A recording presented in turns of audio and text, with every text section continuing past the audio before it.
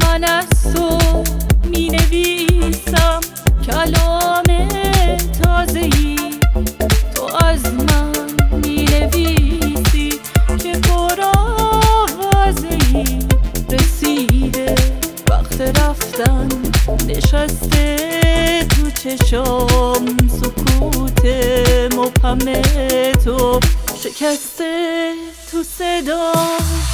برای کوچه آخر تو همراه منی، برای دل بریدن دلیل رفتنی. میمونه کنج سینم هوای انتظار، میخونم شعر رفتن تا برگرده بهار. تو دریای نگاه شکسته قایقم، تو دنیای بزرگ غریبی عاشقم. برای شعر خوب تو میخونم.